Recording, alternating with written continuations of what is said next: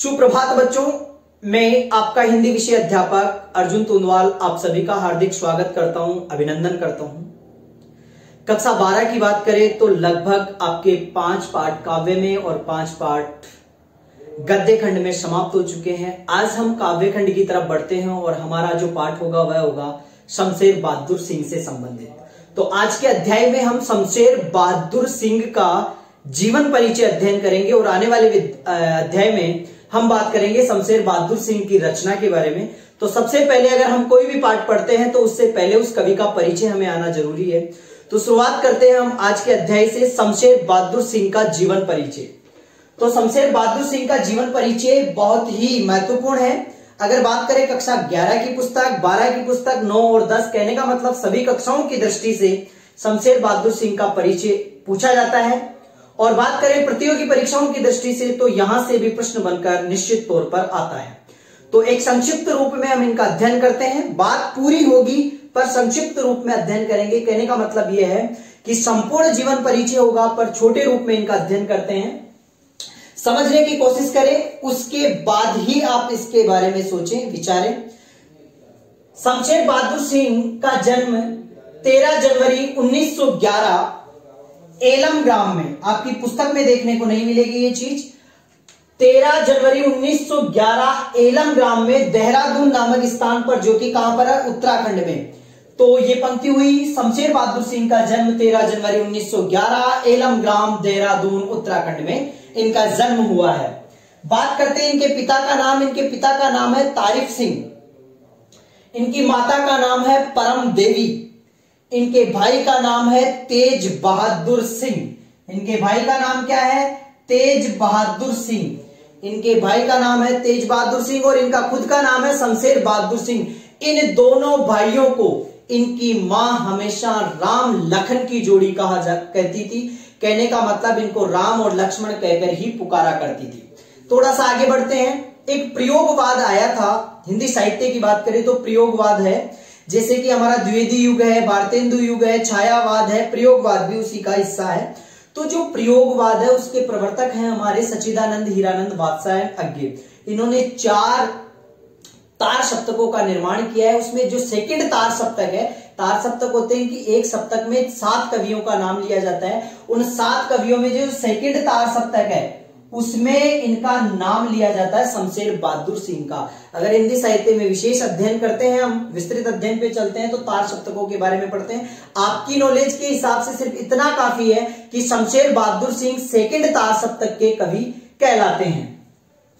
मां इनको क्या कहती थी? राम लखन की जोड़ी कहती थी। इनकी मृत्यु हुई 12 मई 1993 ईस्वी में अहमदाबाद गुजरात में इनकी मृत्यु हुई है।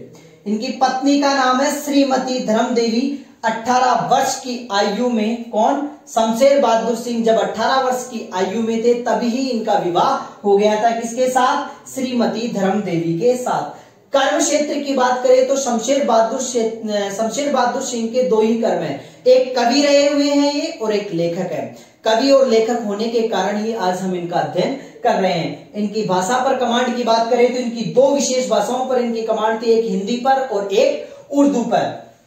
इन्होंने प्रारंभिक शिक्षा अपने गांव में अर्जन की और उसके बाद ये उच्च शिक्षा जैसे बीए की जो शिक्षा है इन्होंने इलाहाबाद से प्राप्त करी है। वाद की बात करें तो इनका जो वाद है प्रयोगवाद और नई कविता के सशक्त हस्ताक्षर माने जाते हैं। कौन? शमशेर बहादुर सिंह। शमशेर बहादुर सिंह की कविताओं में शिल्प कौशल के प्रति अतिरिक्त जागरूकता है।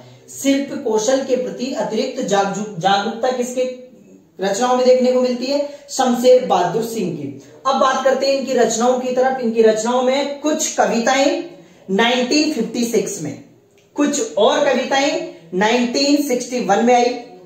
शमशेर बहादुर सिंह की कविताएं कुल मिलाकर काव्य संग्रह कहा जा सकता है, जो कि प्रकाशित हुआ 1972 में। इनकी रचना है उदिता अभिव्यक्ति का संघर्ष, जिसका प्रकाशन वर्ष है 1980।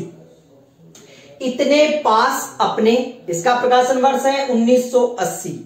चुका भी हूं नहीं में, इनकी रचना का नाम है चुका भी हूं नहीं में, 1981 में प्रकाशित हुई। बात बोलेगी 1981 में प्रकाशित हुई। काल तुझसे होड़ है मेरी काल, काल वही मृत्यु का देवता, काल तुझसे होड़ है मेरी 1988 में प्रकाशित हुई।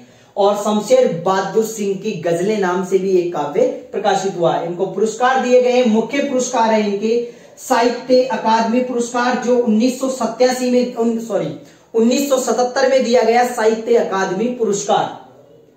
मैथिली शरण गुप्त पुरस्कार से इनको नवाजा गया 1987 में।